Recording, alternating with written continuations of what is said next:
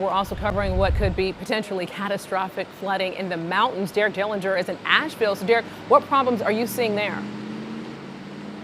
Well, we've seen quite a bit of swift water, as Robin was mentioning in her report just a couple of moments ago. Swift water, this is probably the very definition of swift water. This is along the Shenandoah River, and we should mention that the levels here were a little bit higher than what they are now. You can see it's still rather high, but it was actually up into the road. In fact, the road, for a sake of comparison, is if we can just follow me here, Eric, my photographer, you can see this is Biltmore Avenue here in Asheville. Now, just for the sake of comparison, we're actually not too far away from the Biltmore State, and this area is known to be flooding, but also in the same point, though, this whole entire area was flooded just a little bit earlier. Let's go ahead and show you some video that we got, though, just a couple of hours ago while we were out here in Asheville in response to the flooding that happened this morning. Businesses, they are not wanting to take any chances. In fact, we caught up with some boarding up and getting sandbags out because they do not want any more damage. There are some road closed signs that are still up, and we did notice that the Shenandoah River here is dangerously close to the road here along near Biltmore Avenue, at least at one point.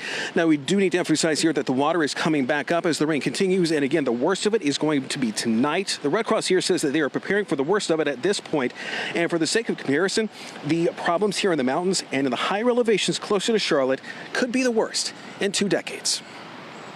We get the floods, the storms that where the concerns are landslides, homes literally sliding off their foundations. So comparatively speaking to the most recent, like Tropical Storm Fred, a couple of years ago, the storms of 2018, yes, this is bigger and potentially more deadly.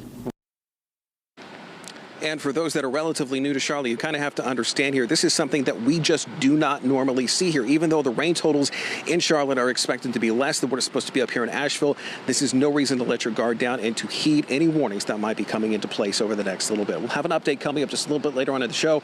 Meantime, as you can see here, this is the Shenandoah River, at least right now. We'll have an update coming up at 5:30. For now, we're live in Asheville. Derek Dillinger, Queen City News.